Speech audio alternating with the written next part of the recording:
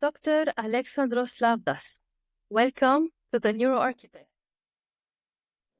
Thank you very much for the invitation. It's my pleasure to be with you. Thank you. Please, can you tell us more about your studies and career path and your motivations behind choosing neuroscience and aesthetics? I'd be glad to. It's quite convoluted, I should say. I studied my master's and PhD in neuroscience at University College London. This was not focused on neuroaesthetics. It was more neuroanatomy and developmental neuroanatomy. I was in a wonderful lab headed by Professor Joe Parnavellas. Really top lab in its kind, and it's been a wonderful time being there. Then I after working some time there, I spent a number of years in Athens at the Pasteur Institute in Athens, again working in neuroscience, but on this level, the tissue and cellular level, looking this time at the nervous system trauma and repair. Having said that, I have to say two things. One is at UCL, one of my professors, not my supervisor, but one of my professors was Semir Zeki, who is the founder of the field of neuroaesthetics. So I was very much exposed to these ideas, and they were then very, very new. The other thing is that I come from an artistic family. Both my parents were classical musicians. So I had a strong attraction to the arts and to aesthetical matters. And no matter what projects I was working on, how things looked was very interesting to me. So in contrast to most of my contemporaries, I would say I never did any molecular biology. I was interested in morphology, in anatomy, and in morphology in the more general sense. And this is what led this, in conjunction with my aesthetic interests and the influences I had from Zeki's work, is what eventually led me to sort of start changing the direction. And the seed to that comes from my first contact with Professor Nikos Salingaros. He is a huge figure in the field of applying, how should I put it, objective criteria to the aesthetic judgment about architecture. And we first met 2009 or 10, I think it was in Athens. And we had a discussion. This was, somehow we met because we were both discussing online the issue that, they were building the New Acropolis Museum, and after they built it, they wanted to demolish some listed buildings in the area to free the view from the cafeteria to the whatever. Well, after the museum had finished, it was 2008, 9, they wanted to demolish two buildings on the Onisio Pagito Street. The interesting thing is that whereas in the 60s, they were demolishing buildings like this every day, literally, in Greece, in the 2000s, 40,000 signatures were gathered to save these two buildings. So things had changed. And we met through this. And then we met in person, and he proposed to me to write the introduction to his then new book. And I had never done anything like this. I'd written about anatomy and development and neurotrauma, but we had some contact point, and he saw it. So for me, Nikos is my mentor in this field, although he was never my professor, but he is my mentor in this field. And we have continued our collaboration. And then, yes, I started what I call my double scientific life. I'm currently here in Eurac. I am responsible for imaging at my institute. But the focus of the institute is quite different to these things that we are discussing between us. So I have this side, and the other side is looking at morphology at the level of architecture and aesthetics and all that, which I do usually through collaborations with outside partners. So it's rather convoluted, but this is how it has gone so far. When did neuroaesthetics start to like being focused on, let's say, in academia? Could you please repeat the question? I'm not sure. When did neuroaesthetics start to become focused on? You were saying that you were, when you started studying, it was maybe flourishing at this time. You mean when I was a student? Well, no, that was really the very beginnings. That was the 90s. These were very early days. It was after that that the thing started taking off, and I would say that neuroaesthetics as related to architecture has sort of exploded after 2010. So I would say it was a more general influence I had from my exposure to sacred work, but these were very early days in the late 90s. And of course, he has what he has contributed since is of huge importance. You know, he has found what part of the brain seems to be always activated when we judge something as beautiful. No matter what it is. It can be poetry, it can be music, it can be a building, and this is of huge importance neuroscientifically. Speaking about this, how do we judge something beautiful? As individuals, as people impacted by our community? I think it's complicated like everything else. I think there is certainly an influence from our upbringing, from our peers, but at the same time, I think there's a very strong pre-programmed or pre-wired, if you want, proclivity towards finding certain forms as beautiful.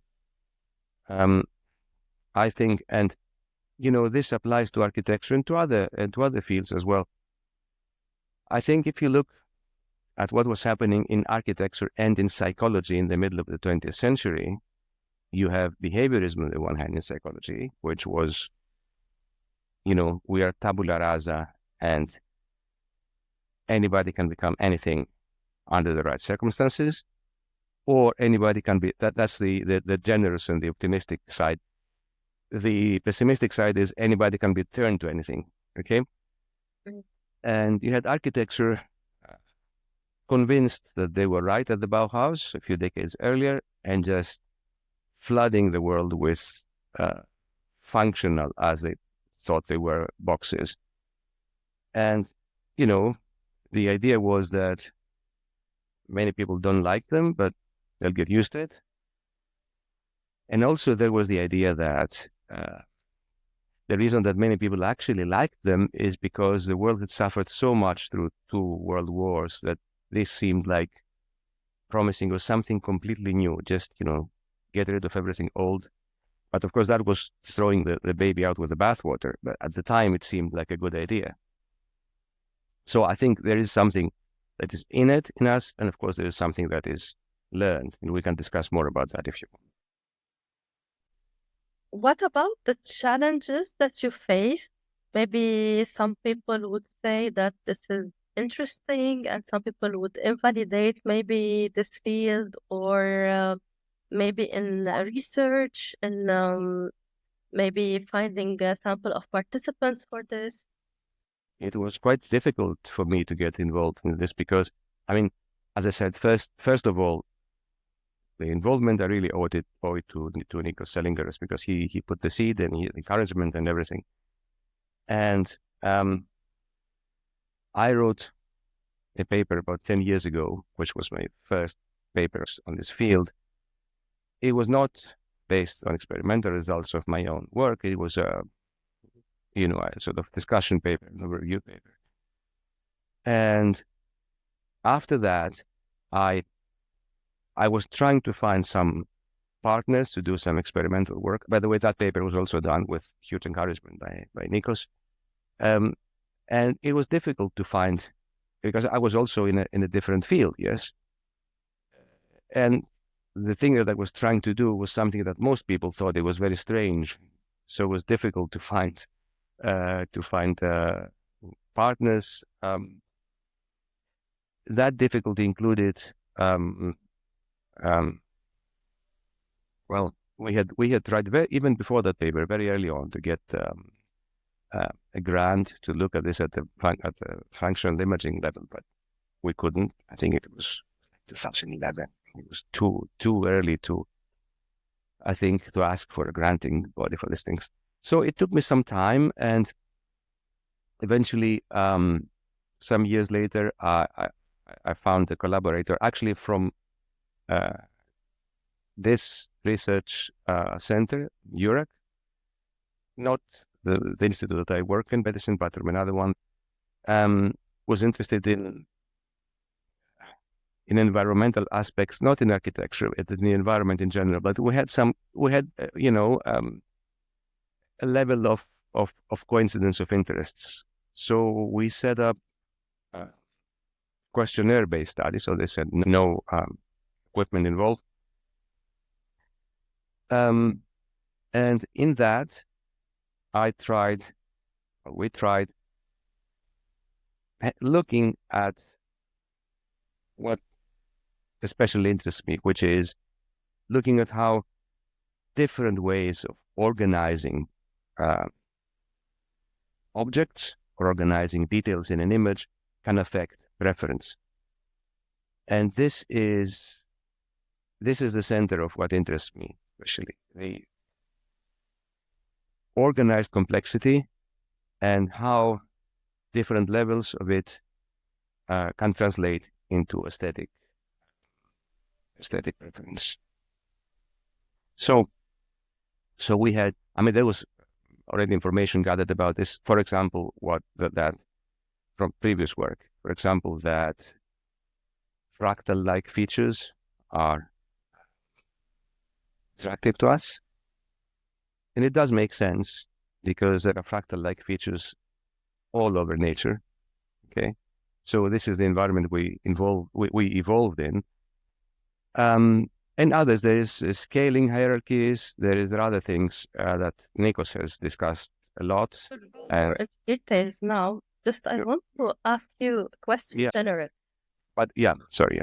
I'll come back to the difficulties later. Yeah, please. Yeah, we'll go in detail into the findings. Mm-hmm. But what do we feel when we see something beautiful? I think it's beautiful. I think what we feel is that it makes us, different people can describe it in different words, I think. But I think it's something that is easy to comprehend.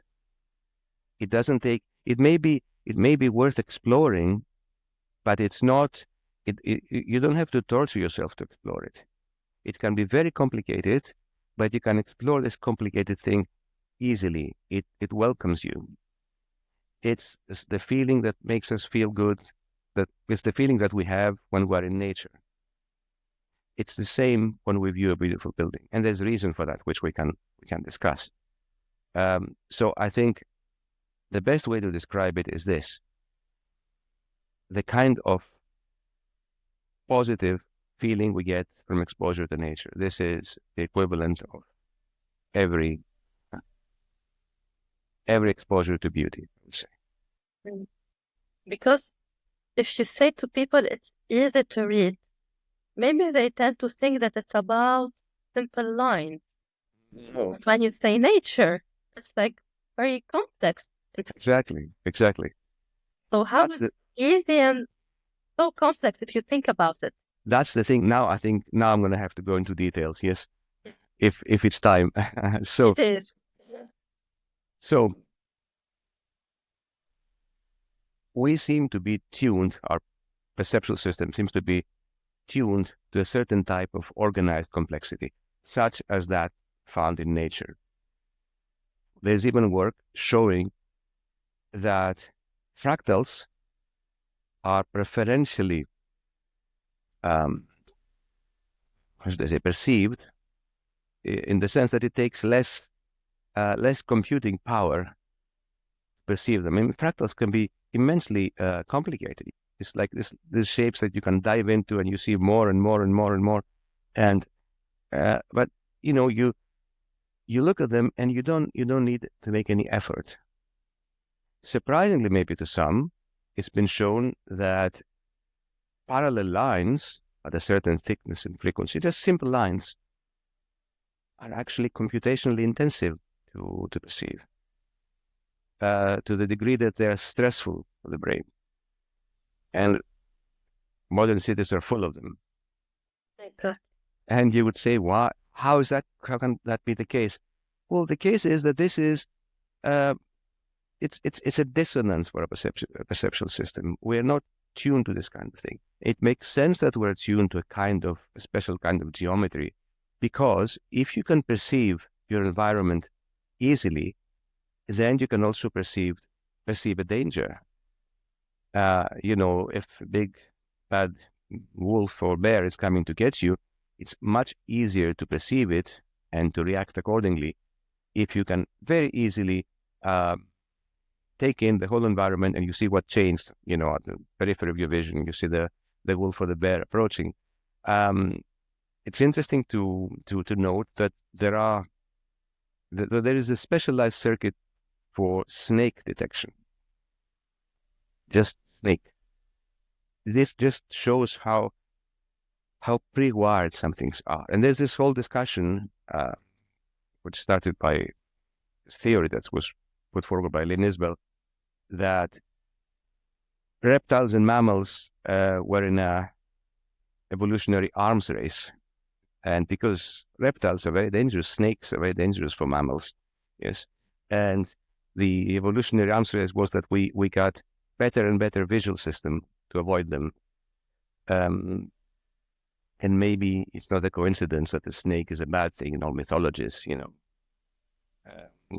So this is it. And from this, you can also come to other conclusions.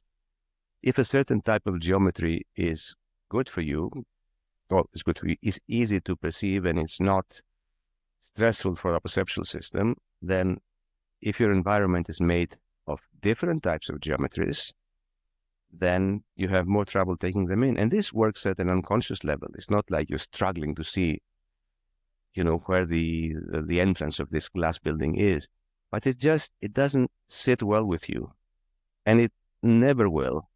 It sits well with some people after, 4 or 5 years at architecture school. If they've been force-fed with this, eventually they come out liking them. And I can understand that, they can have intellectual interest. I mean, anything that is well thought of within a certain frame of reference can have intellectual interest. That doesn't mean they have to be exposed to it all the time. And then you might say, it's like a piece of art, but it's not necessarily a place where we need to live and walk around. Exactly. Especially that it's on a bigger scale than a piece of art, a sculpture. Exactly. But maybe they would tell you, like, okay, with evolution, people might adapt to these shapes one day. Yeah, but that day is going to be dozens or hundreds of thousands of years in the future, because the whole of human history, recorded history, is just a last, 1 minute of evolution is nothing. So we're biologically no different to people that live in the caves. And this is why architecture all over the world, traditional architecture, and generally architecture all over the world before the advent of modernism, has these features. They're different. The different architectures are different stylistically, but these features are there. And I think this fits very well with the Chomsky idea of having a common deep structure in all languages and a different surface structure, which is expressed as different languages in different people. So I think what's happening is that this kind of geometry is the common deep structure in all architectures all over the world, and the different styles are the different surface structures. With the advent of modernism, we got rid of the deep structure, and that made us disconnected from the environment, and that elevated our stress levels. I would like to say that it's interesting that these discussions before really neuroscience got to them. These discussions in the mid 90s were done by Nico Salingaros, and earlier, Salingaros put them in. He's a mathematician, so he put them, and of course an intellectual theorist. He put them in a sort of precise manner, and he explored them. Frank's been exploring them for decades in a sort of systematic manner. Initially, they appeared in the thoughts of Christopher Alexander, even in the 70s, with whom they collaborated, Salingaros and Alexander. And I'm pretty sure they were dismissed by almost everybody. By Alexander, they were put in a way that was more less precise, so to speak. He used the term quality without a name. He was right. And we have a name for it. What about the cities that are mixed? So let's say you were saying as if the houses or the structures, the buildings, the structure of a city was almost developing or not developing, maybe on a slow pace changes, let's say, with time. And suddenly there's this cut and we see something completely different. This is what I understood. So what the cities that are mixed now, like we see different currents within the same neighborhood, or maybe the difference of one or two neighborhoods. What do people feel in this case? There are studies that have shown that when you move from one area to the other, your stress levels are higher when you're in areas that are full of faceless buildings compared to areas that buildings are deemed as more beautiful. So this is true. And there is this, and if they're mixed in the same area, which unfortunately is the case in some cities, it's easy to spoil the look of a street with just a few buildings that don't match. I think it's easy. And there's the negative, what's called negativity bias in psychology, and you get affected by negative stimuli much more than by positive stimuli, and that makes perfect sense because too much of a bad thing can kill you eventually. Too much of a good thing is good, but doesn't have such a dramatic event. So we are more alert to negative stimuli for evolutionary reasons, and exposure to geometries that don't fall into the category of this geometry of nature, as I call it, is actually a negative stimulus. And somebody might say, okay, thus everything has to be so pleasant, and so isn't there any room for excitement? Well, there is, hopefully outside historical centers. And also, it's a matter of quantity. I like spices and I like pickles, but it's not the main course. It's something that you can have to add an interesting note to a food or something. I think we're being served peppers and pickles as a main course with architecture for the last several decades. Even though they become familiar. Let's say we live in this neighborhood, we see these two buildings that, for example, one from the 1920s and one from the 60s and another one from last year. And we were somehow familiar because we know the place, we know maybe every detail in the facade, but consciously, like, we're not. Our brain is not, or our senses are not okay with that. They're not okay, and the further away from the building, because it's not black and white, but the further away the building is from this kind of organized complexity, the worse it is for the people that have to see it. And of course, there are things that soften the problem, like plants. It's a bit like cheating architecturally because it's not really the building; it's nature again. But okay, it makes things better. So even the most boring building, if there are plants everywhere and the balconies and everything, it becomes much more pleasant because you are exposed to this geometry that the plants offer. But yeah, I think a good example is if you look at the Bosco Verticale in Milan, if you see it without plants, you say, what is this thing? I mean, it looks pleasant with the plants, but it's the plants, it's not the building that look nice, you know. Even if we construct something, let's say, very developed in our meaning, like of development nowadays, like we can just add some details for us to feel better. Yeah, I think we're not saying let's stay in the old, let's stay in the last century's designs, but we're saying that there are some factors or some details that we can add for the human well-being in general. Maybe now we will go into details. Yeah, well, look, I think that if you look at the past 5,000 years in various cultures, I think there's such huge repertory of styles that one can still work on that I would be happy to go to any pre-1920s style, very happy. But it doesn't have to be like that necessarily, because yes, it's true that you can construct new designs that have not appeared before, as long as they conform to this kind of organized complexity. I do think that they will end up eventually reminding you at least of something, okay, because of that. But they don't have to be identical.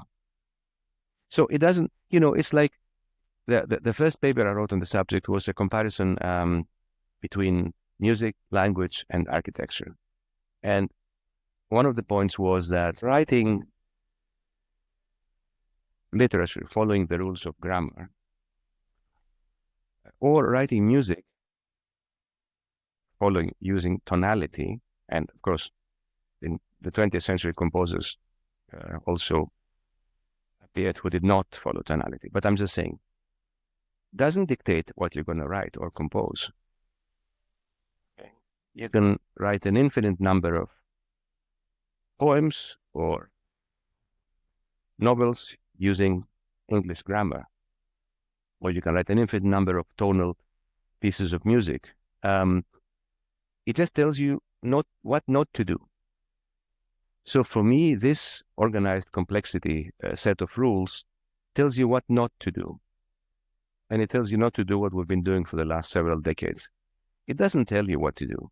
We've had thousands of different buildings and different styles over the past 5,000 years in different countries, and they all follow it basically, although they are very different to each other. How does it affect humans?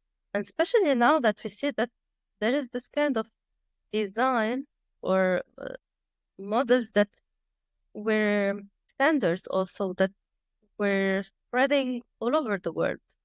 Does it affect these cultures equally?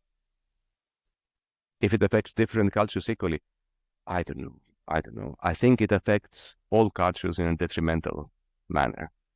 But I think it's quite ironic that it's considered progressive to follow this.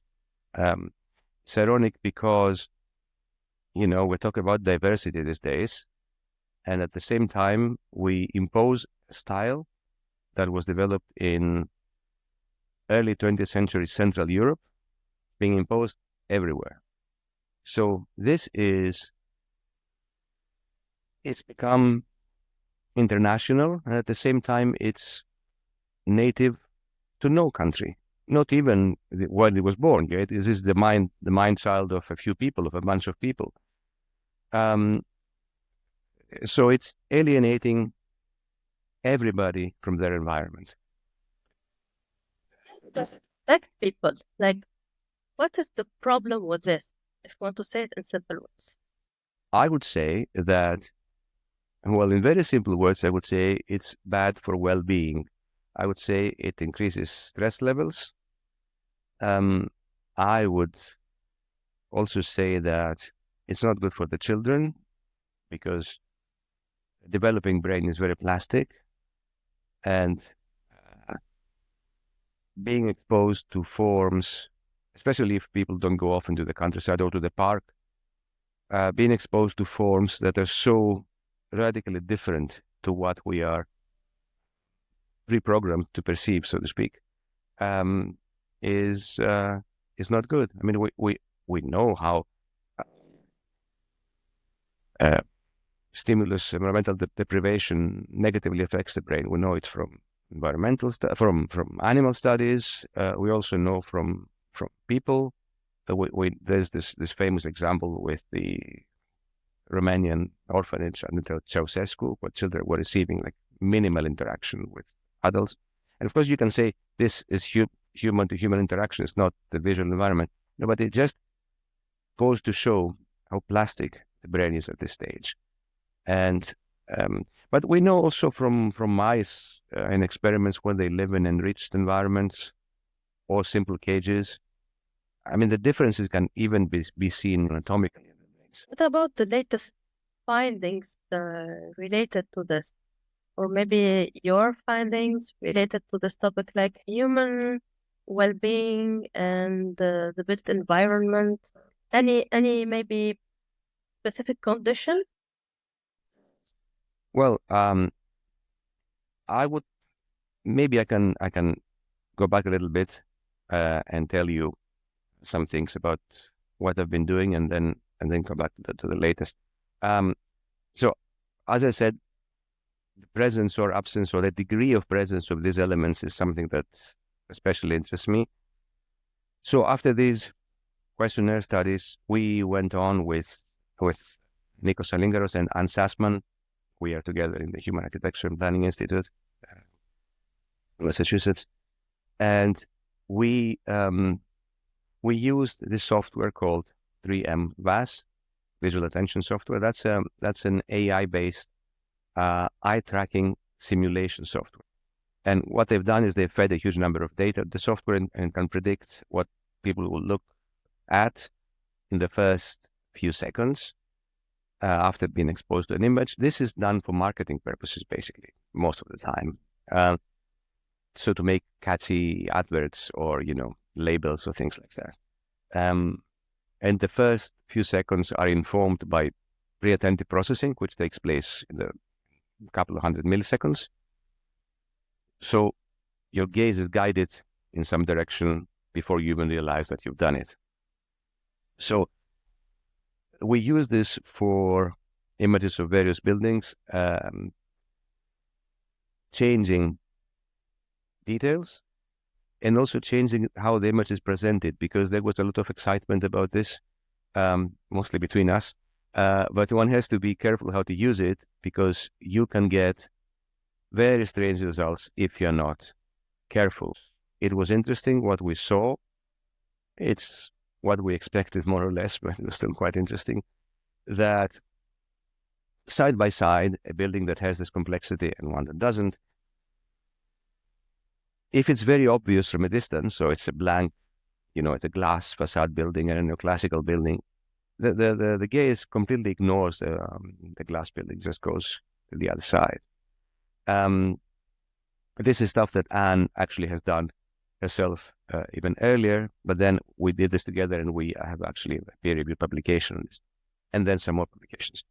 And the other thing is, you may have a modern building that has some kind of detail, and from a distance, it attracts the same as a traditional building. But as you go closer, this sort of cloud of probability of gaze dissolves in the modern building, because there's nothing to see.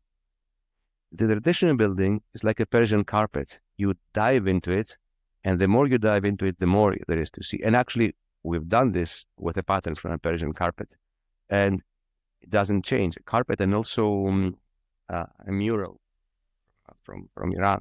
The closer you go, the more you see. The pattern doesn't change. In modern buildings, you reach a level where there's just nothing. So this is more like, what does it give us? What does it add to us? Focusing.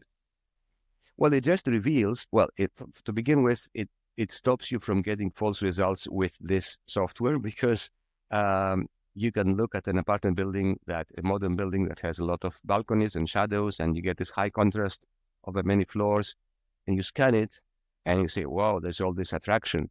But as you go closer, the attraction is gone. So this is an intermediate situation between the glass facade when there's nothing and the really rich buildings where you see more and more as you go in. And then somebody might say, okay, is attraction necessarily a good thing? Somebody playing devil's advocate, because, also the snake attracts your attention very, very early on, unconsciously. Why isn't it beautiful? Well, that's where the latest comes on. In a more recent study we published, we used, among others, first we used actual eye tracking using the software of iMotion, so with volunteers. And then we used a series of images that were used in a Harris poll that was done by the National Civic Arts Society in the US. They were comparing traditional and modernist federal buildings, and they made the poll. And about 70% of all people, regardless of political affiliation, gender, ethnic origin, whatever, preferred the traditionals. So we had these results, which were about individual aesthetic judgment, and coupled with them, we had actual eye tracking results from volunteers. And of course, one confirmed the other. So we saw that increased dwell time, especially. So in this case, it was not first case, it was dwell time. How much time you spend on it was for the traditional buildings. So if somebody says, how is it different to a snake? Well, this is how it's different to a snake. They spend more time looking at it, and they vote that it's better. So I think this kind of convergence of different sets of informations is what we need in this field. And of course, there are other things one can do, and hopefully you can do in the future. You can look at EEG. You can look at functional imaging.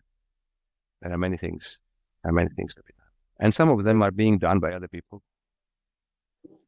So they consciously, that shows like the long-term, let's say, gratification over the unconscious, maybe instant gratification, because we can look at a new building or a building, I don't know, with simple lines, maybe say at the beginning, it's nice.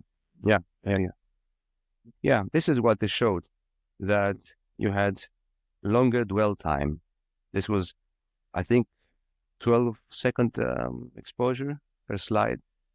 So they were shown side by side, and people looked at them and their eyes were tracked, and then we computed how much time they spent looking at the one or the other.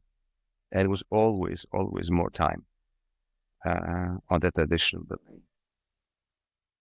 Interestingly, there's also time spent in these pictures that were absent, but we've seen it on people, because we're looking for people, trees, clouds, because they have this fractal-like shape, so it's quite interesting. Does this affect the human movement pace in the city? Maybe the productivity or the social life?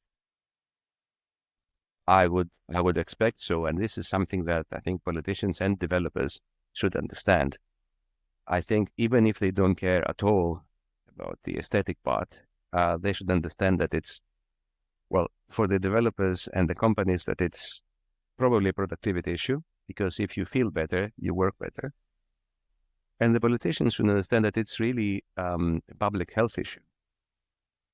This is like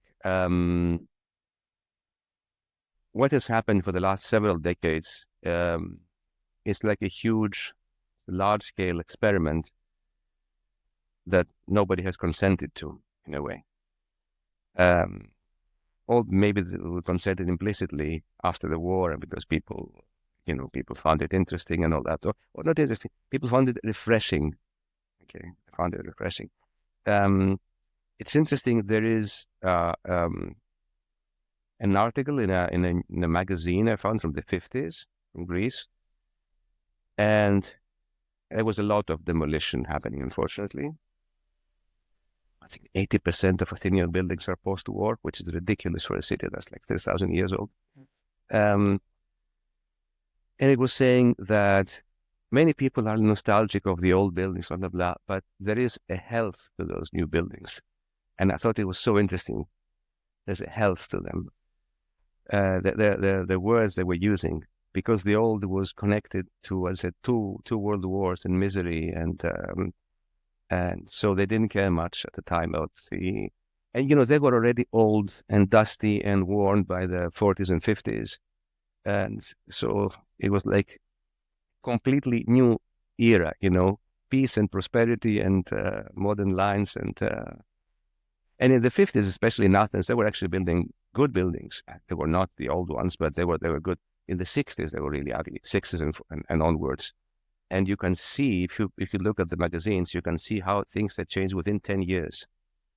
In the late 50s, everybody was excited about the new developments and the new health. The late 60s, they were already saying, oh, what have we done? So we need the new to feel like fresh, to feel that we're evolving. And we need to combine this new to our nature as a human. Yes. And this new can be done in an old style.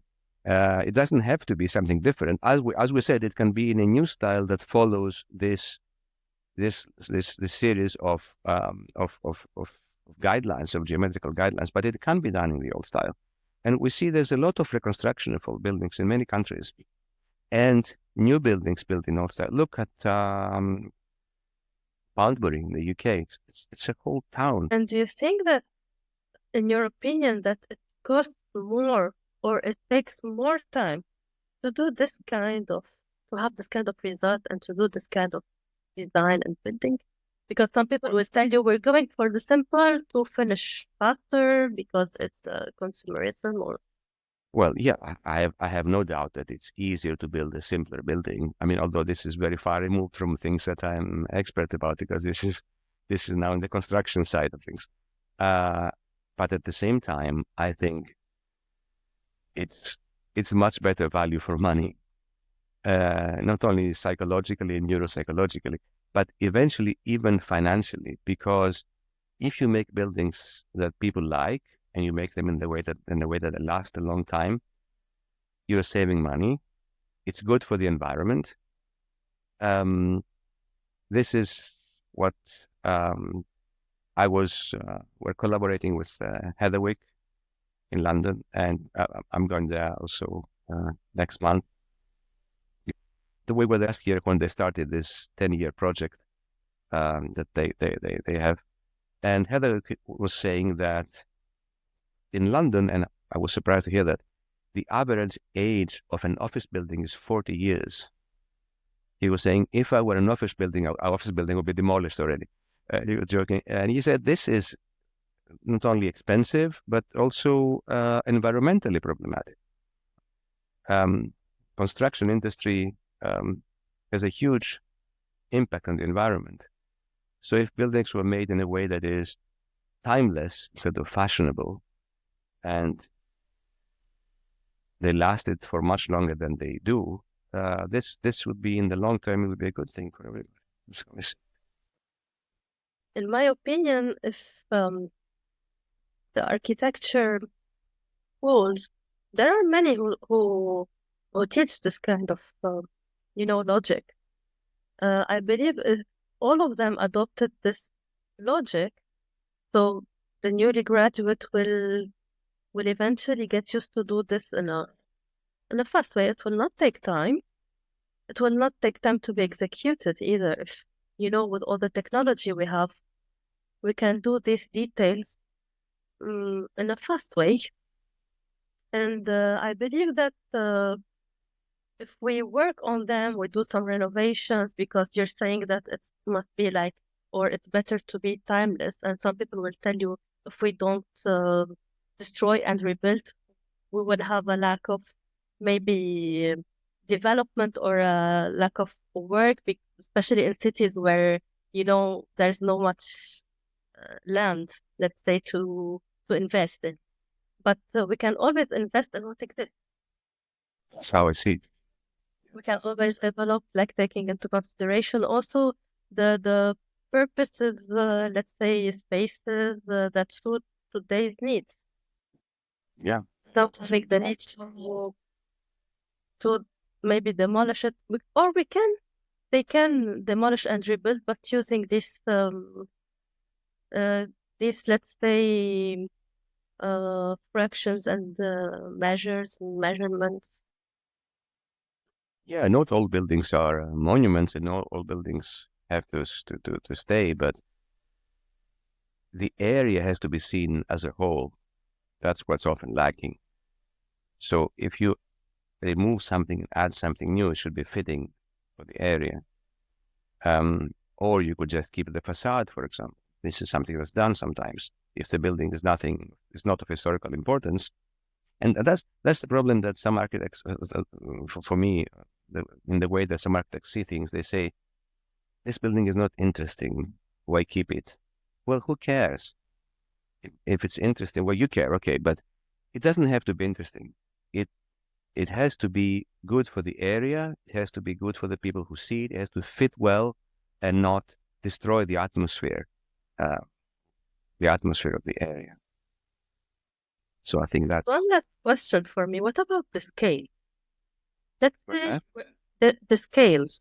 Let's say we're used to a certain height, and then suddenly we see next to it another building with another height, or we see the whole city changing in height. So either like if we have a case where there wasn't anything, and we suddenly started building these high buildings, and another city where there was there is an older generation that lived another height of building, and suddenly they see different heights. How does it affect people, like in these two cases? For me, there are two things. Obviously, if you have heights that are very different within the same street, that destroys the look of the street. Yes, because you have all these blind walls on the side of the one building. So that's ugly. But the height in itself, for me, is not such a serious issue. What's serious is how this building looks. And it can look great at 2 stories, can look great at 5 stories. And, there are pre-war skyscrapers in New York that look great at 100 stories. Look at the Empire State Building, or look at the Chrysler Building, or look at pictures of the Singer Building, which doesn't exist anymore. These wonderful buildings. They're skyscrapers. I'm not saying you could fit them in a small street, okay? So this has to do with the height uniformity, more or less, that should exist. But I'm just saying that it's the style, it's not the height, for me, that makes the difference. Okay. Any other thing you would like to add? Yes, I think there's something interesting. You see that people, you see this in various countries, often try to make their houses look more ornate, okay? And they end up looking like wedding cakes. And then you have the architects, or many architects, saying, this is what you want. We don't like modern, you like this rubbish and all that, or you like, Disneyland. There are two answers to that. One is starting from the end. Well, there's a reason why Disneyland is popular. So don't dismiss Disneyland. But anyway, we're not talking about making Disneyland. The reason that people are making wedding cakes for houses is this. For the last 100 years, I would say, the architects, the builders, and the public have been disconnected from the organized vocabulary of pre-modern architecture. Architects often are not taught about it, and as I said, the people and the builders have been disconnected from it. But they still have the innate need for decoration. They need it. It's a biological need. So they're trying to satisfy it in ways that are not properly structured.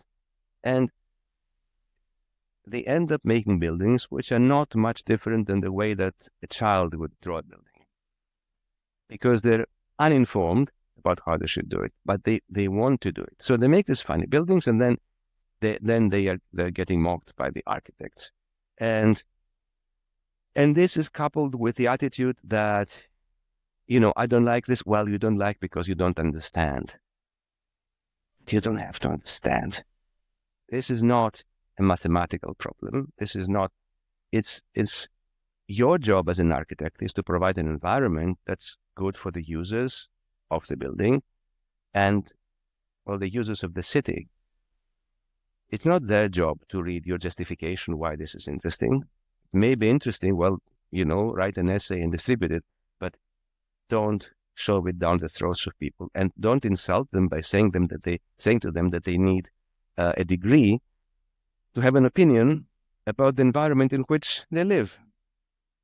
So I think that's concluding remark for me.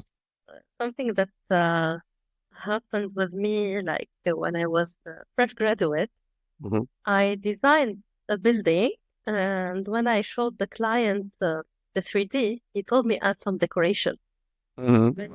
Decoration.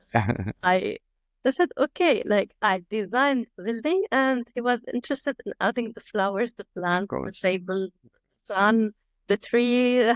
This, of course. This, that maybe as an architect, maybe, or like as a designer per se, like I would think about the concept, about fitting the lines within this environment. He wants to see it with the whole.